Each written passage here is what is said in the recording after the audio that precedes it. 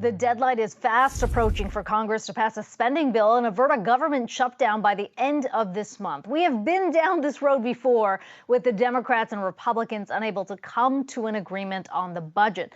The key sticking points this time around, well, some Republicans are looking for deeper spending cuts, while certain members of the more conservative wing of the party in the House are asking for tighter border policies and a vote to impeach President Biden. Here with the latest from the Hill, we've got Democratic Maryland Senator Chris Van Hollen. Senator, it's good to talk to you today. I realize so much of this is up in the air on the House side of things, but how optimistic are you that a government shutdown can be averted?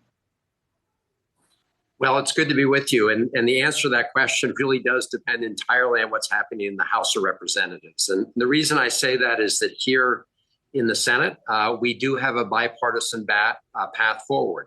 There's agreement that we should have a short-term continuing resolution to give us a little more time to put together the final budget bills for the upcoming fiscal year.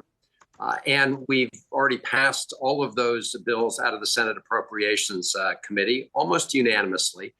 So the real problem right now is Speaker McCarthy continues to be really led around by a very far right extreme contingent in his caucus. Look, at the end of the day, if Speaker McCarthy agrees to put up for a vote in the House the kind of bipartisan proposals that we're sending from the Senate, I'm confident that they would pass.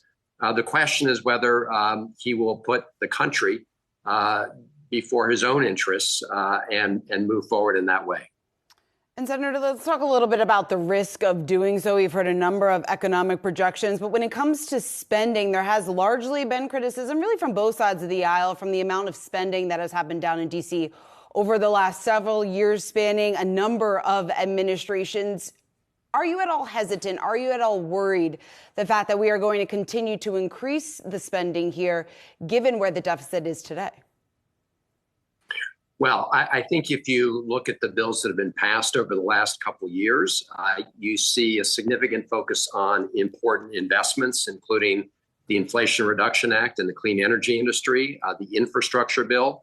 So I think those are important investments in the economy. I will say that as part of the Inflation Reduction Act, for example, it was in the end deficit neutral because we did raise taxes on some of the very wealthiest corporations. We essentially put in place a minimum tax for the most profitable corporations. So, look, at the end of the day, it was really important to help the economy during COVID.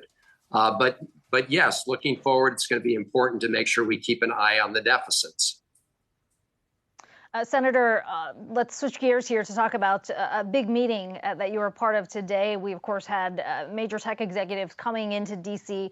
to discuss the framework of AI regulation. I'm curious what you think that framework should look like and to what extent these executives, CEOs, should have a say in that, given that they are the ones that are creating or behind this technology. Well, I attended the morning session, which lasted a couple hours. I thought it was a very good discussion.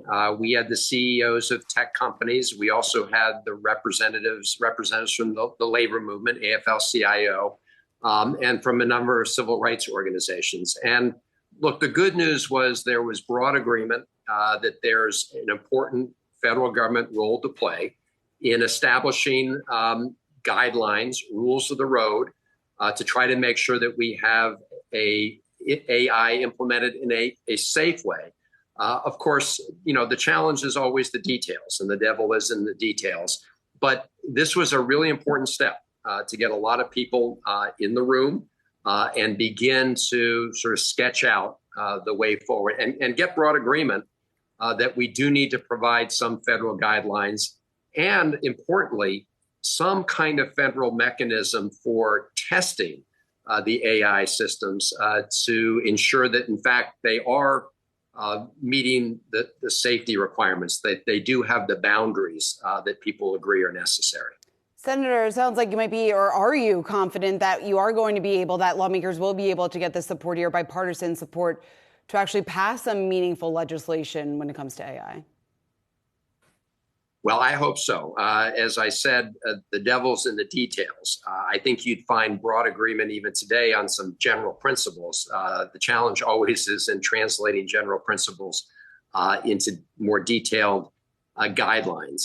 But I do think that getting everybody in the room, and I'm not just talking about, the CEOs and the civil rights groups. I'm also talking about senators from both sides of the aisle, Republicans and Democrats, to begin to kick around these ideas was an important first step and really unprecedented in many ways. I think it is an indication that, folks recognize that AI can be transformative, can bring, of course, many positive things to our country and to the world, but also there are great risks. And so, again, a very important first step, but just that, a first step. And Senator, when we talk about tech regulation, we understand that's not a fast process. The issue is always the tech moves quicker than the regulation. And lawmakers in D.C., have often been criticized for moving too slowly around tech. You look at things like social media, privacy, security there. What are some of the lessons that you've drawn from that? How do you apply that to AI, just given how quickly, especially generative AI technology is moving right now? Well, I think you put your finger on the fundamental issue, which is trying to make sure that we move more quickly. Technology moves extremely quickly. And I think there is a general consensus that when it came to things like social media, that the Congress did not move fast enough. In fact, it really hasn't moved. And because we think AI could have, again, these very big risks along with big benefits, that it's important to set these boundaries early. And there was consensus that the federal government is really the only entity that can do that at the scale necessary. And also a sense that it's important for the United States to get its act together so that we are a global leader in terms of setting out these guidelines. Maryland Senator Chris Van Hollen joining us from D.C. today. Really appreciate the time. Good to be with you. Thanks.